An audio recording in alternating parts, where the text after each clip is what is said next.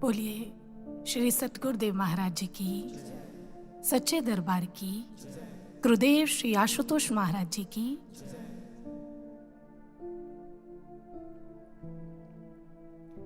ऊंची उड़ान को दर्शाते तो पंखों के मध्य शौर्य का प्रतीक तलवार का चांदी से बना हुआ चिन्ह,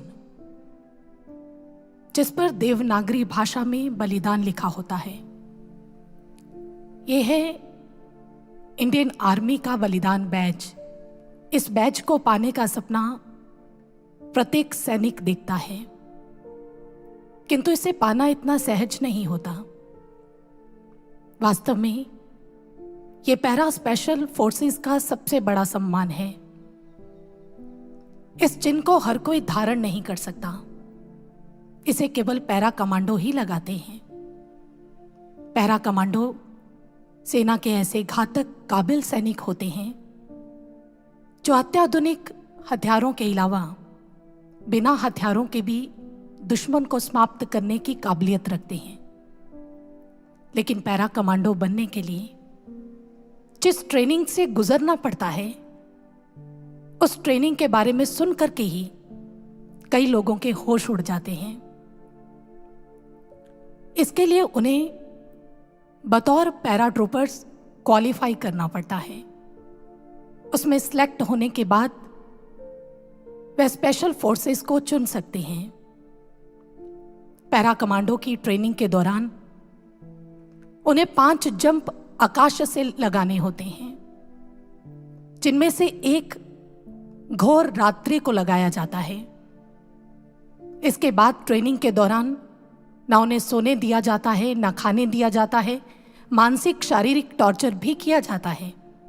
बहुत अधिक थके होने के बाद भी ये ट्रेनिंग यूं ही चलती रहती है। कुछ भी खाने के लिए ना मिलने पर आसपास जो उपलब्ध होता है उसी को खा करके गुजारा करना होता है।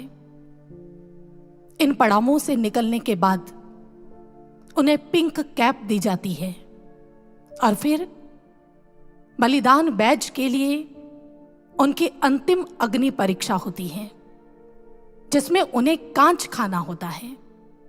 जी हां,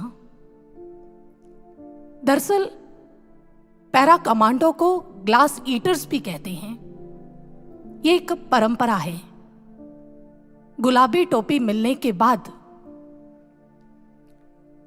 उन्हें रम से भरा हुआ एक गिलास दिया जाता है, जिसे पीने के बाद उन्हें अपने दांतों से उस गिलास का एक किनारा काटकर उसे चबाकर अंदर निगलना होता है और फिर उनके सीने पर सजाया जाता है ये बलिदान बैज। आपकी जानकारी के लिए बता दें कि ये ट्रेनिंग दुनिया की सबसे मुश्किल ट्रेनिंग में से एक है। जितने भी जवान बलिदान बैज को प्राप्त करने के लिए अप्लाई करते हैं, उनमें से केवल 10% ही उसमें उत्तीर्ण हो पाते हैं, इस बलिदान बैज को प्राप्त कर पाते हैं। बहुत से तो इसे बीच में ही छोड़ देते हैं और जो अंत तक डटा रहता है उसी को मिलता है बलिदान बैज। देखा आपने, एक सैनिक, एक जवान किस प्रकार संघर्ष का सामना करता हुआ बलिदान बैज को जीतता है, प्राप्त करता है और अपने देश की अपेक्षाओं पर खरा उतरता है। जैसी अपेक्षा एक देश को अपने वीर सैनिकों से होती है, ठीक ऐसी ही अपेक्षा एक गुरु को भी अपने शिष्य से होती है। गुरु भी जब शिष्य को ज्ञान देता है, तदुपरांत उससे अपेक्षा करता है कि ज्ञान को प्राप्त कर अध्यात्म के मार्ग पे चलता हुआ वह स्व का और साथ साथ संसार का भी कल्याण कर पाएगा। और इसका प्रत्यक्ष प्रमाण आपको महाराष्ट्री की हस्तलिखित रचनाओं में देखने को मिलेगा। गुरुदेव श्री आशुतोष महाराज जी अपनी हस्तलिखित रचनाओं में हमारे लिए जो संबोधन उन्होंने प्रयोग किए हैं, उनमें आपने स्पष्ट देखा होगा कि वो कौन से संबोधन है सृजन साधक, सृजन सेनानी, युग निर्माणी इत्यादि। इसका भाव क्या है? इसका भाव, जिस साधक का प्रत्येक कर्म, प्रत्येक क्रिया, प्रत्येक प्रयास सृजन को समर्पित होता है, ऐसा साधक जो स्वहित की भावना से दूर परहित के लिए कार्य करता है, परहित की भावना से ओतप्रोत रहता है, वो साधक ही सृजन साधक होता है। एक बार महर्षि के पास एक गुरु भाई अपने दुखों का व्याख्यान कर रहे थे, बता रहे थे कि मैं कितना दुखी हूं।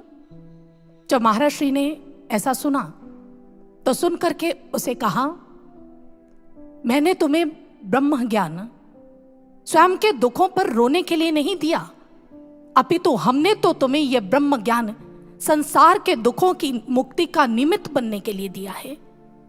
इसलिए तुम्हें संसार को दुखों से मुक्त करने में उसमें अपनी भूमिका निभानी है। इतना कहते हुए महाराज जी ने ये पंक्तियां गुनगुनाई, संसार की नैया को हम पार लगा देंगे, भूले हुए राही को हम राह दिखा देंगे। मझधार फंसा माझी साहिल को ढूंढता है, तूफान के झोंकों में मंजिल को ढूंढता है। हम ज्ञान दीप लेके उसे राह दिखा देंगे। महर्षि ने ये पंक्तियां उस व्यक्ति को, उस भाई को सुनाई। निश्चित ही इसमें वो गूंज है जो स्पष्ट करती है कि हमारा दायित्व, हमारा लक्ष्य कितना बड़ा है। और भक्तजनों, महर्षि अक्सर कहा करते हैं, जितना बड़ा लक्ष्य होता है, जितना बड़ा दायित्व होता है, उसके लिए उतने ही बड़े समर्पण की आवश्यकता होती है, उसके लिए उतने ही बड़े दायित्व को निभाने की आवश्यकता होती है। भक्तजनों, जितना बड़ा लक्ष्य होगा उतने ही बड़े समर्पण और त्याग की वो मांग हमसे करेगा। इसलिए समर्पण और त्याग निश्चित रूप से यह मार्ग संघर्ष का मार्ग है। और संघर्ष जिसका नाम सुनकर के ही हम विचलित हो जाते हैं। जरा सी परिस्थितियां भिन्न होती हैं, जरा सी स्थितियां बदलती हैं तो हम घबरा जाते हैं, विचलित हो जाते हैं। हम अपनी कंफर्ट जोन से बाहर निकलना नहीं चाहते, हमें बहुत मुश्किल लगता है। किंतु प्रिय साधकों, ये याद रखना, सदैव स्मरण रखना कि कोई भी बदली हुई परिस्थितियां कभी भी हमें मिटाने के लिए नहीं आती, अपितु सदैव हमारा निर्माण करने के लिए आती हैं, हमें बनाने के लिए आती हैं। इसका जीवंत प्रमाण आप देख सकते हैं श्री राम के जीवन से। प्रभु श्री राम जिस समय राजमहलों में रहे तो उस समय तक वे राजकुमार राम कहलाए, किंतु जैसे ही वे वनवास जाकर के लौटे तो वे भगवान श्री राम कहलाए। राजकुमार राम से भगवान राम बनने की उनकी यात्रा यह सहज नहीं थी, चुनौतियों से भरी हुई है, संघर्ष से भरी हुई थी। किंतु उन्होंने प्रत्येक चुनौती का सामना किया, प्रत्येक संघर्ष के सामने चट्टान बनकर के डटे रहे। और इसका अनुमान आपको स्वतः ही इस घटना से हो जाएगा।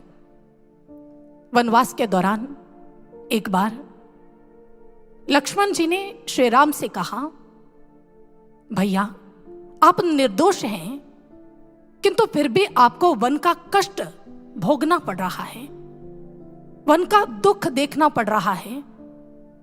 और जैसे ही श्री राम ने ऐसा सुना तो वो मुस्कुरा दिए। वे कहने लगे, लक्ष्मण, ये वन मेरे लिए कष्टपूर्ण हो सकता है किंतु दुखपूर्ण नहीं हो सकता।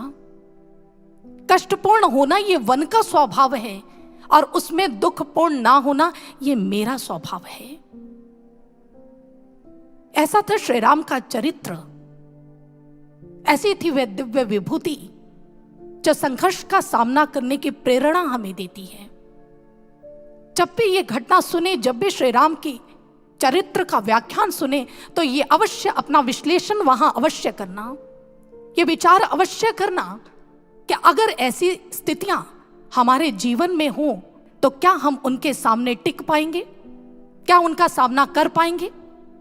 और यही प्रश्न ये कवि भी हमसे कर रहा है। सहली सारी यातना कर्तव्य सर्वोपरि रखा, त्यागशील संकल्प को जिस तरह जीवित रखा, बोलो कहां तक टिक सकोगे यदि राम सा संघर्ष हो। कल मुकुट जिस पर साजना था, आज उसे सब त्यागना था। निर्णयों के द्वंद्व से एक बालपन का सामना था। वचन भी था थामना, आदेश भी था मानना। तब सोचो स्वयं को धर्म पर तुम किस तरह रख सकोगे, बोलो कहां तक टिक सकोगे यदि राम सा संघर्ष हो। प्रजा तो बस राम की थी, दुनिया उसको भज रही थी। वचन ही था तोड़ देता, धर्म ही था छोड़ देता।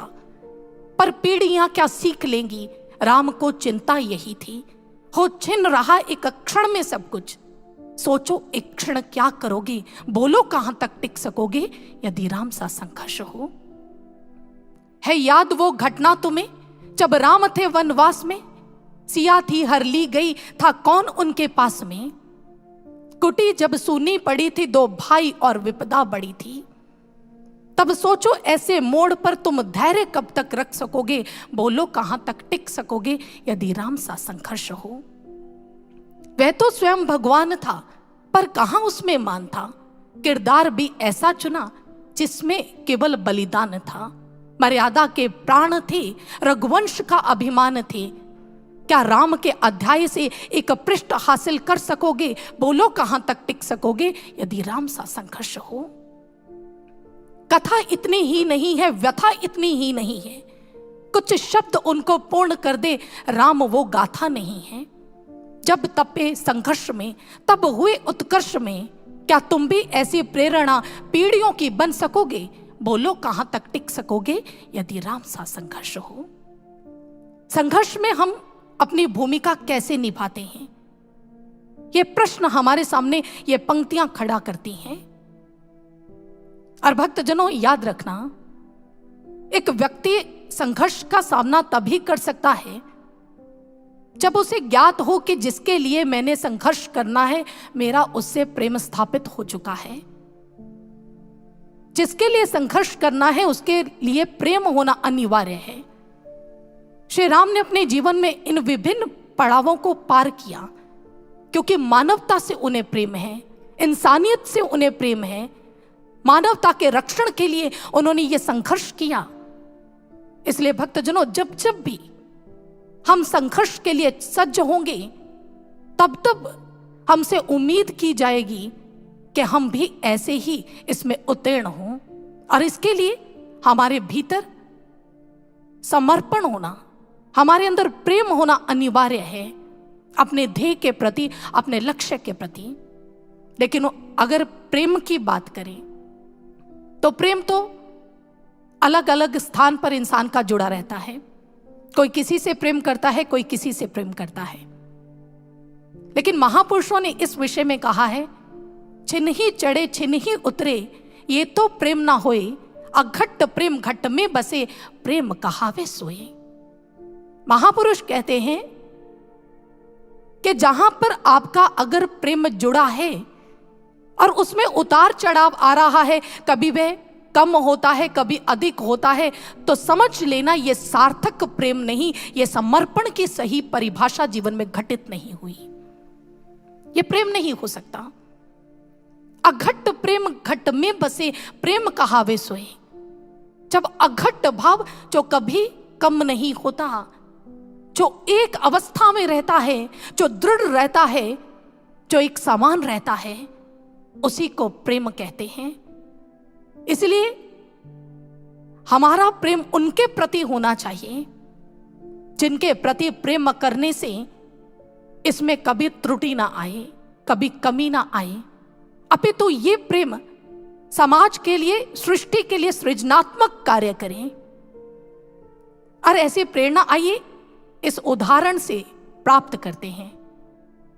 एक बार ऑक्सीजन का अणु स्वयं को बहुत अकेला महसूस कर रहा था, और जिस समय उसने स्वयं को अकेला महसूस किया, मन के अंदर आया क्यों ना किसी से दोस्ती की जाए, किसी को मित्र बनाया जाए। मित्र बनाने के लिए वह आगे बढ़ा। उसकी नजर एकाएक पड़ती है लोहे पर। ऑक्सीजन के अणु ने उस लोहे के साथ मैत्री कर ली। अब दोस्ती हो गई, किंतु परिणाम क्या सामने आया? दोनों मित्र तो बने, लेकिन जो परिणाम आया दोनों के लिए ही हानिकारक था। दोनों के मिलने से जंग बना। ऑक्सीजन के अणु ने झट से अपनी दोस्ती वहां से तोड़ ली और वह आगे बढ़ा। जैसे ही आगे बढ़ा, उसके पश्चात उसने बेरियम को देखा, उसके साथ अपनी मैत्री स्थापित कर ली, अपना संबंध स्थापित कर लिया। किंतु यहां तो परिणाम और भी भयावह निकले। यहां पर तो अग्नि की हरी ऊंची ऊंची लपटें उठने लगी। ऑक्सीजन का अणु घबरा जाता है। उसी समय उसने बेरियम का साथ छोड़ा और पीछे हट गया। मायूस कदमों से अभी आगे बढ़ ही रहा था कि उसकी दृष्टि पड़ती है हाइड्रोजन के 2 जुड़वा भाइयों पर। और जैसे ही हाइड्रोजन के 2 जुड़वा भाइयों को देखा, उनके आगे भी दोस्ती का प्रस्ताव रख दिया। उन्होंने स्वीकार किया। ऑक्सीजन और हाइड्रोजन के 2 भाइयों की मैत्री हो गई, दोस्ती हो गई। और परिणाम क्या सामने आया? उनके मिलने से एक बहुत सुंदर शीतल पानी की बूंद बनी। कहने का तात्पर्य, उनका मिलाप सृजनात्मक हो गया, उनका मिलाप सार्थक हो गया। यह उदाहरण हमें प्रेरणा देती है कि हमारी जिंदगी में भी जब भी प्रेम समर्पण अर्पित किसी को करने का अवसर मिले, तो ऐसा ही हमारा निर्णय होना चाहिए, ऐसा ही हमारा चुनाव होना चाहिए जैसा ऑक्सीजन के अणु का है। हम वहां अपना समर्पण करें, वहां अपना सर्वस्व अर्पित करें जहां पर समाज के लिए सृजनात्मक कार्य हो। चलिए इतिहास के गवाक्षों से झांक करके देखते हैं। जिस समय भगवान श्री राम और रावण का युद्ध हो रहा था, उस समय रावण की सेना जब वानर सेना से आतंकित होकर के, भयभीत होकर के पीछे की ओर हटने लगी, तो उस समय रावण अपनी खड़ग लेकर के उनके पीछे खड़ा हो जाता है और उन्हें कहता है कि अगर तुम लोगों ने यहां से भागने का प्रयास किया, पीछे आने का प्रयास किया, तो मैं तुम्हें मृत्यु के घाट उतार दूंगा। भयभीत सैनिक पुनः आगे लड़ने के लिए चले गए। बिल्कुल यही घटना राम के पक्ष में भी घटी। भगवान श्री राम के पक्ष में भी जब ऐसी स्थिति उत्पन्न हुई, वानर सेना जब भयभीत होकर के पीछे हटने लगी, तो उस समय श्री राम ने सुग्रीव जी से और लक्ष्मण जी से कहा कि ये थक गए हैं, इनके लिए विश्राम का प्रबंध किया जाए। सुग्रीव जी ने ऐसा सुना तो कहा, प्रभु आप कैसी बातें कर रहे हैं? अगर ये विश्राम करेंगे तो बताइए फिर युद्ध कौन करेगा? तो श्री राम अपना धनुष बाण उठा करके उस समय स्नेहिल भाषा में उन्होंने ये शब्द कहे। उन्होंने कहा, इनको विश्राम की आवश्यकता है, आप विश्राम का प्रबंध कीजिए, इनके स्थान पर मैं युद्ध करूंगा। और भक्तजनों, अब आप देखिए, ये घटना एक जैसी है, लेकिन उसमें नेतृत्व भिन्न है। एक तरफ रावण है जो उनके पीछे खड़ा हो जाता है, ये कहते हुए कि तुम्हें मृत्यु के घाट उतार दिया जाएगा, और दूसरी तरफ श्री राम हैं जो ये कहते हैं कि इनके स्थान पर मैं ही स्वयं युद्ध करूंगा। और जब श्री राम जैसा नेतृत्व हमें प्राप्त होता है, ऐसा नेता प्राप्त होता है, तब स्वतः ही हमारे अंतःकरण में राष्ट्रहित की भावनाएं, समाज के लिए कुछ कर गुजरने की भावना उत्पन्न होती है। हम सृजन के लिए अपने जीवन को अर्पित करने के लिए उद्यत हो जाते हैं जब ऐसा नेता हमें मिलता है। इसलिए भक्तजनों, ऐसे नेतृत्व की आवश्यकता है। ऐसा नहीं कि अगर हम कौरवों के पक्ष में युद्ध करते हैं, अगर हम रावण के पक्ष में युद्ध करते हैं, अगर हम अधर्म अनैतिकता के पक्ष में युद्ध करते हैं और हम सोचें कि ये हमारा बहुत बड़ा समर्पण है, ये हमारा परित्याग है, ये हमारा बलिदान है, तो ये सही नहीं है। बलिदान वास्तव में कहते किसे हैं? मरना बलिदान नहीं है, मृत्यु का वरण कर लेना यह बलिदान नहीं है। लेकिन किस प्रयोजन के लिए आप अपने जीवन की आहुति दे रहे हैं, यह ध्यातव्य है। यह सोचना अनिवार्य है कि आप अपने प्राणों का परित्याग जिस महान लक्ष्य के लिए कर रहे हैं वह समाज के लिए सृजनात्मक है या नकारात्मक। इसलिए बलिदान वो होता है जो समाज के लिए श्रेष्ठ भूमिका निभाए, जो समाज का निर्माण करे। बलिदान दो शब्दों के सुमेल से बना है, एक है बलि और दूसरा दान। बलि प्लस दान से बना बलिदान। बलि का तात्पर्य क्या होता है? जहां पर बिना इच्छा प्राणों का परित्याग किया जाए उसे बलि कहते हैं। और दान का तात्पर्य होता है स्व की इच्छा से किया गया दान। तो बलिदान का भाव हुआ स्व की इच्छा से किया गया प्राणों का परित्याग, यही बलिदान है। जैसा हमारे क्रांतिकारी वीर योद्धाओं ने किया, जैसा भगत सिंह ने किया, राजगुरु ने किया, सुखदेव ने, चंद्रशेखर आजाद जी ने किया। इसलिए भक्तजनों, हमें भी ऐसे बलिदान के लिए सज्ज रहना होगा, क्योंकि हमारा जो मार्ग है वह भी मिटने का मार्ग है, समाज के लिए कुछ कर गुजरने का मार्ग है।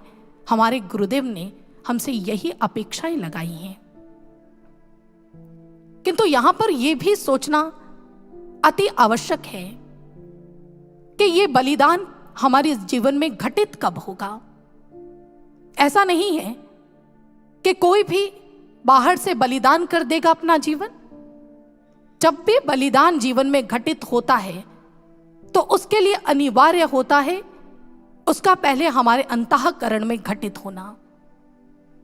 बाहर का बलिदान उस दिन सार्थक होता है जिस दिन उसकी पृष्ठभूमि सबसे पहले हमारे भीतर बनती है, हमारे अंतःकरण में बनती है।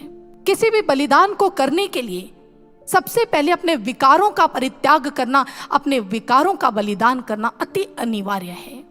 महाराज श्री भी इस विषय में समझाते हुए कहते हैं, एक बार महाराज जी के पास कुछ लोग उनके दर्शनों के लिए आए। उनमें एक व्यक्ति महाराज श्री से कहने लगा, महाराज जी मैं आपसे बहुत प्रेम करता हूं। महाराज जी मुस्कुरा दिए। उसने फिर से कहा, महाराज जी मैं आपसे बहुत प्रेम करता हूं, मैं आपके लिए कुछ भी कर सकता हूं। महाराज जी फिर से मुस्कुरा दिए। उसने फिर कहा, महाराज जी मैं आपके लिए अपने प्राणों का परित्याग भी कर सकता हूं। तो महाराज जी उसे कहने लगे, अरे तू हमारे लिए क्या मरेगा? तू तो हर रोज कभी अपने क्रोध के हाथों, कभी मोह लोभ अहंकार के हाथों मरता है, और एक मरा हुआ व्यक्ति हमारे लिए क्या मरेगा? कहने का तात्पर्य कि जो विकारों के अधीन है वह कभी बलिदान कर ही नहीं सकता। इसलिए भक्तजनों, महापुरुषों ने भी कहा, कामी क्रोधी लालची इनसे भक्ति ना होए, भक्ति करे कोई सूरमा जाति वर्ण कुल खोए।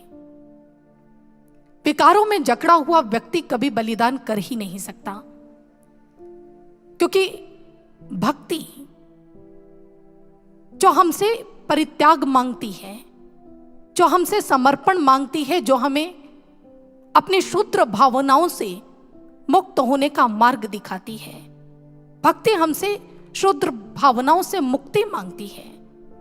किंतु अगर हम अपनी शूद्र भावनाओं में जकड़े हुए हैं तो यह हमारे वश का काम नहीं है, हम इसे नहीं कर पाएंगे। हमारे भीतर अपितु ऐसे भाव होने चाहिए जैसे भाव बिरमा के थे। जो महाराणा प्रताप के एक सत्यनिष्ठ दीवान भामाशाह का एक अदना सा अंगरक्षक था। एक दिन भामाशाह युद्ध से वापस लौट रहे थे और उनके साथ स्वर्ण मुद्राओं से भरी हुई बोरियां थी जो घोड़ों के ऊपर लदी हुई थी। उनकी रक्षा के लिए उनके साथ पैदल सैनिक चल रहे थे। अभी कुछ ही दूरी तक पहुंचे थे कि उन्होंने एकाएक रुक करके अपने स्वर्ण का निरीक्षण किया। निरीक्षण करने के पश्चात उन्होंने जैसे ही उसे देखा तो देखते ही बोले, अरे ना जाने इसमें कब से छेद हुआ पड़ा है और इसकी सारी स्वर्ण मुद्राएं गिरती जा रही हैं। अब तक ये आधी हो चुकी हैं। इसलिए जाओ साथियों, जो भी आपको स्वर्ण मुद्रा मिलती है उसे बटोर लो। तुम्हारा ऐश्वर्य बिखरा पड़ा है, अपने ऐश्वर्य को जाकर के समेट लो, ये तुम्हारा इनाम है। जब ऐसा कहा, इतना कहकर के वह तो आगे बढ़ गए, लेकिन पीछे सैनिकों में होड़ लग गई अधिक से अधिक मुद्राएं प्राप्त करने की। अब कुछ समय चलने के पश्चात जब भामाशाह ने पीछे पलट करके देखा तो अब पीछे केवल और केवल एक सैनिक था जिसका नाम बिरमा था। और जैसे ही उसे देखा तो भामाशाह ने कहा, सैनिक तुम पीछे क्यों नहीं गए? क्या तुम्हें मुद्राओं की आवश्यकता नहीं थी और हमारा प्रस्ताव तुम्हें सुनाई नहीं दिया? तो उस समय उस सैनिक ने कहा, सरकार आपने कहा था अपना ऐश्वर्य चुन लो, तो मैं आपको बता देना चाहता हूं, मेरा ऐश्वर्य पीछे नहीं अपितु मेरे आगे चल रहा था। अगर आप सुरक्षित हैं तो मेरा ऐश्वर्य सुरक्षित है, अगर आप सुरक्षित हैं तो मैं सुरक्षित हूं। और भक्तजनों, आज बिरमा ने एक सेवक होने का दायित्व निभाया। बिरमा के ऐसे भाव कि उसका सर्वस्व, उसके सरदार, उसके मालिक उसके लिए बन गए, उसके स्वामी बन गए। ठीक ऐसे ही भाव हमारे भी होने चाहिए हमारे गुरुदेव के प्रति। हमारे ऐश्वर्य भी हमारे गुरु होने चाहिए, क्योंकि हमारे गुरु हमारे लिए क्या है इसका उत्तर अनंत है, और हमारे लिए क्या नहीं है इसका उत्तर शून्य है। इसलिए भक्तजनों, हमारी यही कामना, यही भावना होनी चाहिए जैसी बिरमा की है। जैसी ये बिरमा कहता है कि मेरा ऐश्वर्य आगे है, मेरे पीछे नहीं, ठीक इसी प्रकार इस भक्ति पथ पर चलते हुए हमारे हृदय के अंदर यही भावना होनी चाहिए कि भक्ति के मार्ग पर चलते हुए पीछे हमारा ऐश्वर्य नहीं है, हमारा ऐश्वर्य निरंतर आगे बढ़ने में है, हमारे गुरुदेव की प्रसन्नता को प्राप्त करने में है। हमारा ऐश्वर्य हमारा गुरु है। इस भक्ति पथ से अलग होना, यहां रुकना, इससे टूट जाना, इससे हमारा ऐश्वर्य नहीं हो सकता, इसमें हमारा ऐश्वर्य नहीं हो सकता। इसलिए भक्तजनों, निरंतर हमें इस पथ पर आगे बढ़ना है, निरंतर आगे चलना है। एक दार्शनिक हुए हैं मार्टिन लूथर। वह कहते हैं अपने लक्ष्य को पाने के लिए निरंतर आगे बढ़ो। अपने लक्ष्य को पाने के लिए तुम उड़ करके उस तक पहुंचो। अगर उड़ नहीं सकते तो दौड़ करके पहुंचो, दौड़ नहीं सकते तो चलो, चल नहीं सकते तो रेंगते हुए चलो, क्योंकि तुम्हें हर हाल में अपने लक्ष्य को प्राप्त करना है। लेकिन हमारे गुरुदेव श्री आशुतोष महाराज जी अपने श्रीमुख से अक्सरात हमें कहते हैं कि जो रुके हुए हैं उन्हें चलाना है, जो चल रहे हैं उन्हें दौड़ाना है, और जो दौड़ रहे हैं उन्हें मंजिल तक पहुंचाना है। उनका दृष्टिकोण 4 कदम आगे की बात करता है। इसलिए महाराज श्री के जो कथन है उसे हम अपनी जिंदगी में उतारें, उसे अपनी जिंदगी में लागू करें, तभी हमारी जिंदगी सार्थक हो सकती है, तभी हम अपनी श्रेष्ठ भूमिका निभा सकते हैं। क्योंकि भक्तजनों, इस समय इतिहास गढ़ा जा रहा है, इतिहास लिखा जा रहा है, और हम सभी को मौका मिला है उसमें अपनी भूमिका निभाने का।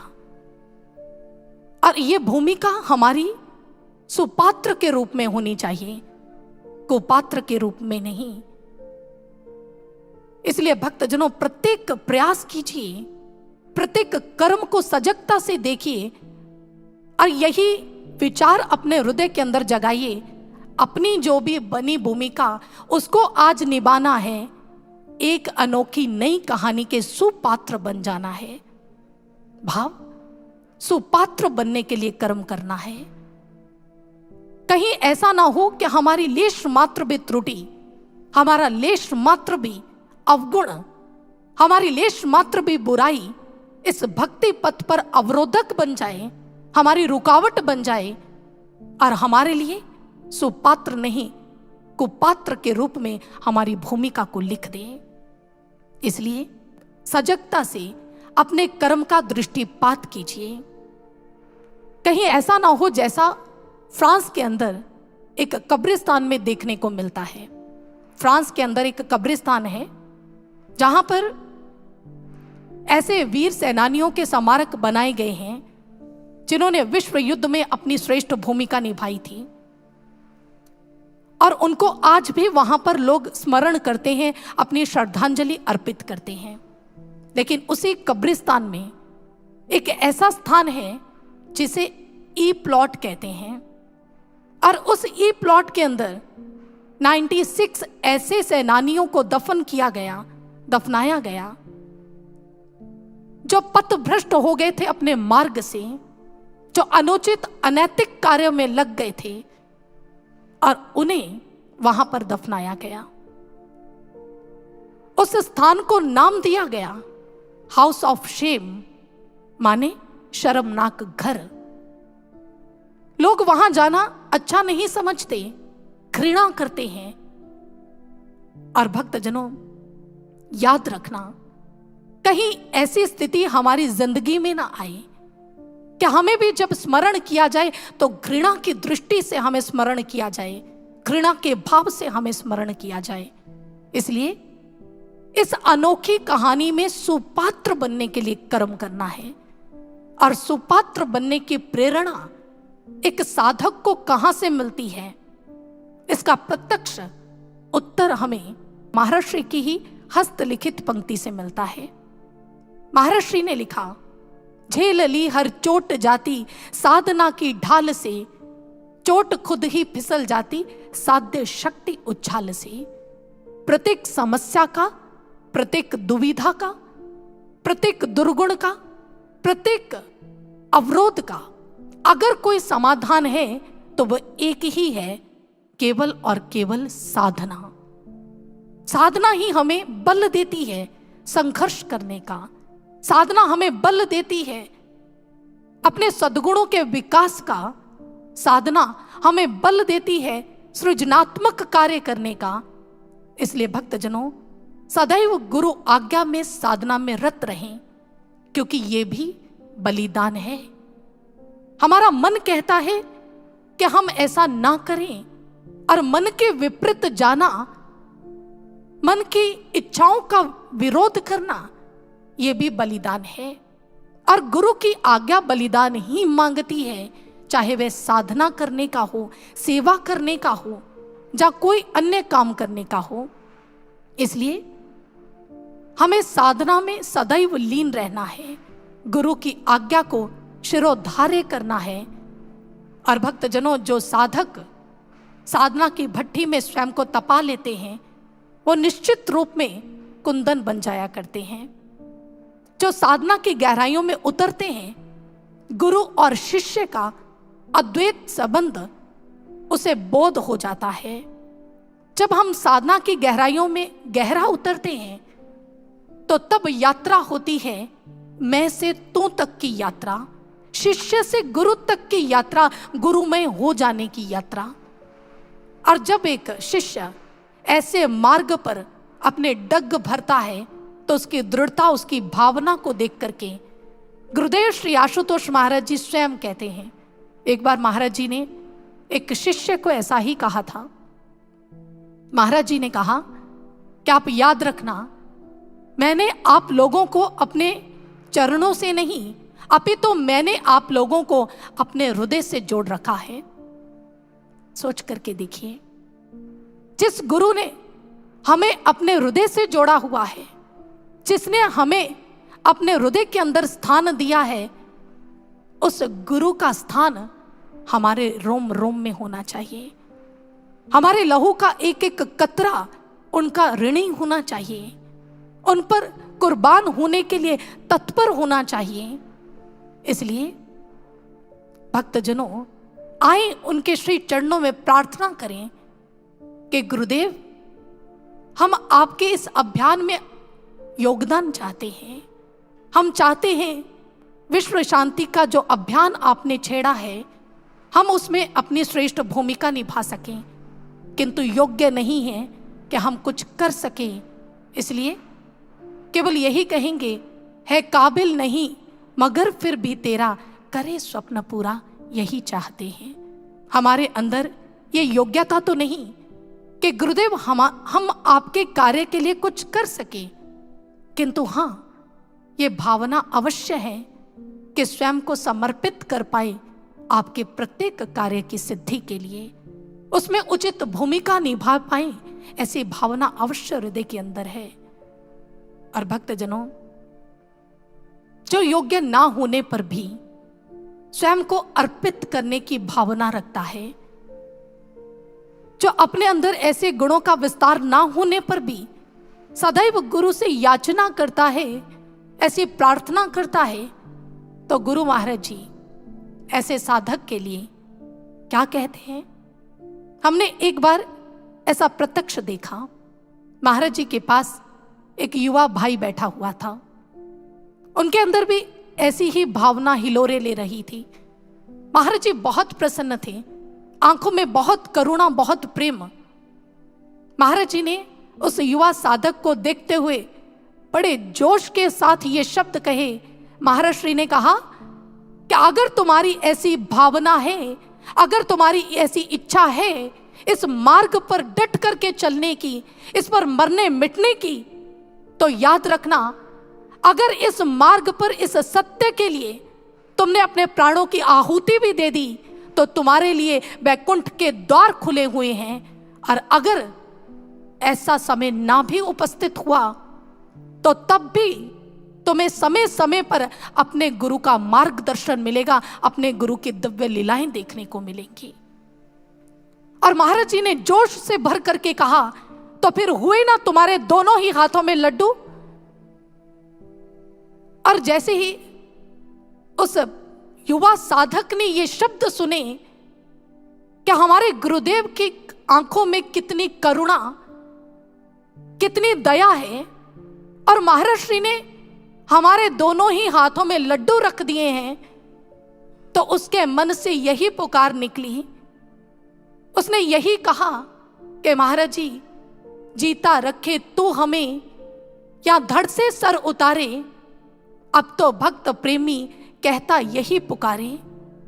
राजी हैं हम उसमें जिसमें तेरी रजा है, यूं भी वावा है और वो भी वावा है, यूं भी वावा है और वो भी वावा है। और आए भक्तों, हम भी ऐसे भावों को अपने गुरुदेव के श्री चरणों में अर्पित करें और सदा सदा के लिए उनके रंग में रंग जाएं। और मैं यहीं पर अपने विचारों को स्थगित करती हुई अपनी वाणी को विराम देना चाहूंगी। बोलिए श्री सतगुरुदेव महाराज जी की जय, सच्चे दरबार की जय।